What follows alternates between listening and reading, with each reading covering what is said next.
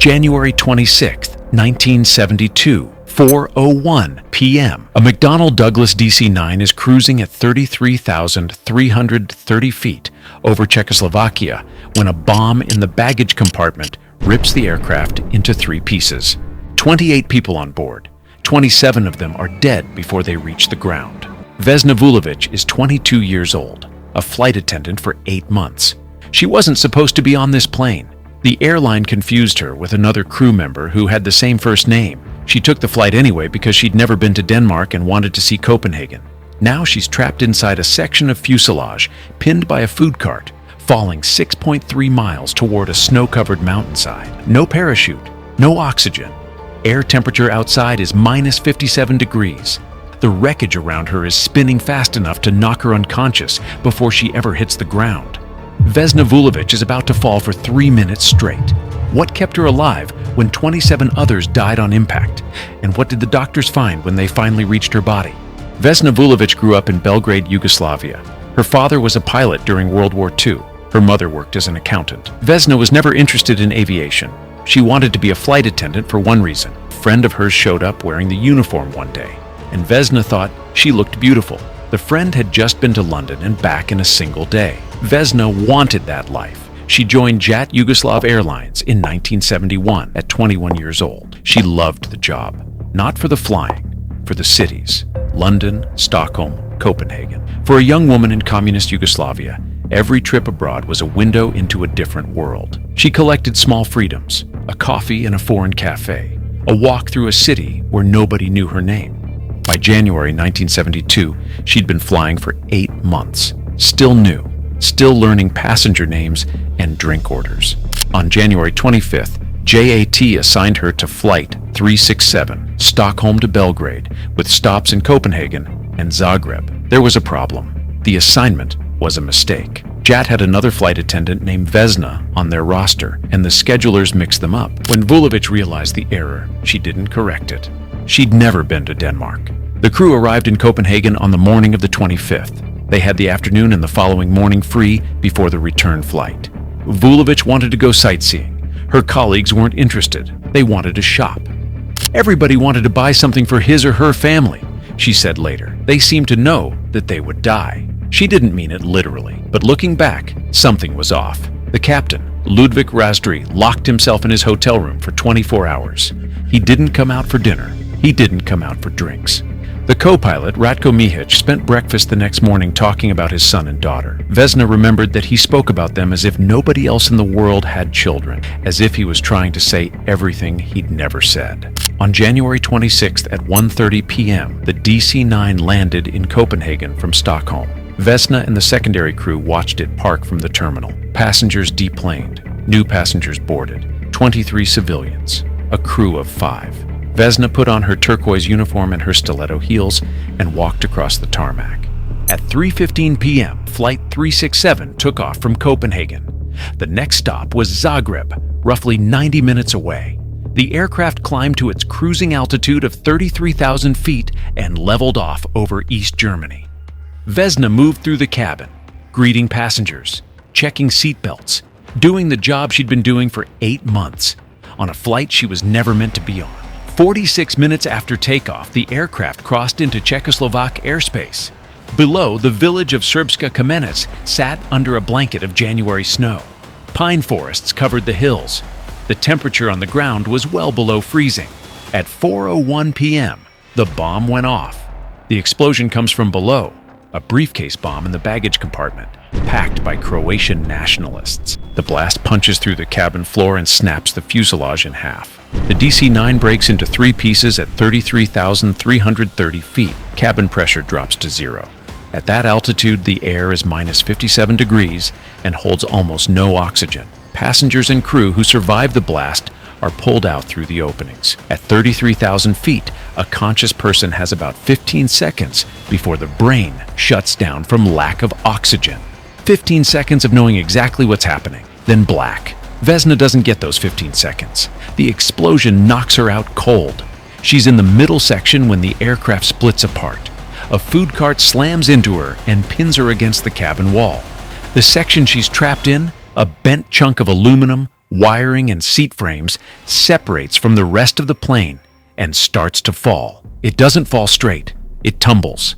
The flat shape of the fuselage catches air and creates drag, slowing it down. Vesna is unconscious and limp, which means her body isn't bracing for anything. Muscles aren't locked, joints aren't rigid. She's absorbing the forces like a rag doll instead of fighting them. The wreckage falls for roughly 3 minutes. It hits a steep snow-covered slope at an angle, clipping through pine trees on the way down. Each branch takes a fraction of speed off the impact. The section slams into the hillside and slides through deep snow before stopping. Then silence. 27 people are dead, scattered across the hillside in 3 separate debris fields. Inside the crumpled middle section, pinned under a food cart, Vesna Vulovic has a pulse. Bruno Honke lives in Srpska Kamenic. He's in his 60s, former medic in the German army during World War II. He's seen what explosions do to the human body. He knows what dead people look like. On the evening of January 26th, he hears something outside, a sound coming from the hillside above the village. At first, he thinks it's an animal. Then he realizes it's a voice. Someone is screaming. Honke follows the sound uphill through the snow and the trees. He finds wreckage everywhere, metal, luggage, pieces of seat cushion, bodies. He keeps walking toward the screaming. He finds her in the middle of it. A young woman in a turquoise uniform soaked through with blood. Her shoes are gone, the stiletto heels ripped off by the force of the impact. She's pinned under debris. Her eyes are closed. She's screaming, but she's not conscious. Honke drops to his knees and checks her. She's breathing. Her pulse is fast and weak. She's bleeding from her head, her back, her legs. He can see that her legs are broken. He can see that her skull is damaged. He doesn't move her. 30 years of medical instinct tell him that moving her could sever her spinal cord. He keeps her warm. He keeps her still. He waits for help. Rescuers arrive hours later. They don't expect to find anyone alive. When they reach Vesna, they almost don't believe Honke. They stabilize her neck, strap her to a board, and carry her down the hill. At the hospital, doctors begin to understand what the fall did to her body. Her skull is fractured. 3 vertebrae in her spine are crushed. Both legs are broken. Her ribs are cracked. Her pelvis is shattered. Her brain is bleeding internally. She is paralyzed from the waist down. They operate. Then they operate again. She doesn't wake up. Day 2, still in a coma. Day 5, still in a coma. The doctors tell her parents that the injuries are survivable individually. Together, they're not sure. The brain hemorrhage is the biggest risk. If the swelling doesn't go down, she won't come back. Day 10, no change. Day 15. Her vital signs hold, but she doesn't open her eyes. The doctors have done everything they can. The rest is up to her body. Day 20. Her parents sit by the bed every day. They talk to her. They don't know if she can hear them. On the 27th day, Vesna Vulovic opens her eyes. She looks at her parents. She thinks she's in Slovenia, a country she'd visited recently. She doesn't know why she's in a hospital. She doesn't know about the flight. She doesn't know about the bomb. She doesn't know she fell 6 miles. She doesn't remember anything after boarding the plane in Copenhagen. The first thing she asks for is a cigarette. Vesna Vulovic spent months in the hospital. Surgeons rebuilt what they could: her legs, her pelvis, her spine. 10 months after falling 6.3 miles, she walked again. She walked with a limp for the rest of her life, but she walked. Doctors tried to explain how she survived when 27 others didn't.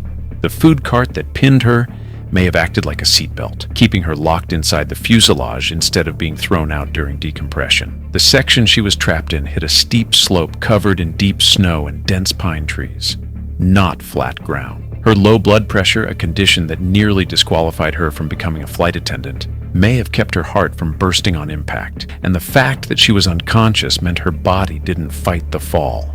It absorbed it. None of these explanations are enough on their own. Together, they still barely make sense. She should be dead. Every doctor who treated her said so. Back in Yugoslavia, Vesna became a national celebrity. President Tito honored her personally. A folk singer wrote a song about her. In 1985, Paul McCartney handed her a Guinness World Record certificate for surviving the highest fall without a parachute. She told him she grew up listening to the Beatles. She wanted to fly again. JAT said no. Her presence on flights would attract too much attention. They gave her a desk job instead. She took it. She kept flying as a passenger on her own time. She had no fear of it. She had no memory of anything to be afraid of. But survival didn't feel the way people expected it to. In a 2012 interview, she said, "Whenever I think of the accident, I have a grave feeling of guilt for surviving it and I cry. Then I think maybe I should not have survived at all." When people called her lucky, she pushed back. "I'm not lucky. If I were lucky, I would never have had this accident and my mother and father would be alive." The accident ruined their lives too.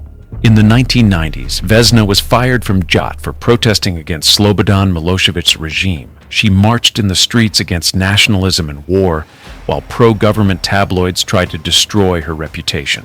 The government wanted to arrest her, but backed off. Putting the woman who survived a 6-mile fall in prison would have been too public. She kept marching. Bruno Honka, the man who found her on that hillside, had a granddaughter born 6 weeks after the crash. He named her Vesna. Vesna Vulovic died on December 23, 2016. She was 66 years old. She never got her memory back. Not the explosion, not the fall, not the 3 minutes between Copenhagen and a Czech mountainside. The last thing she remembered was greeting passengers at the gate. The next thing she remembered was her parents' faces. 27 days later, in a hospital room she didn't recognize. She held the world record for 44 years. No one has broken it. No one wants to.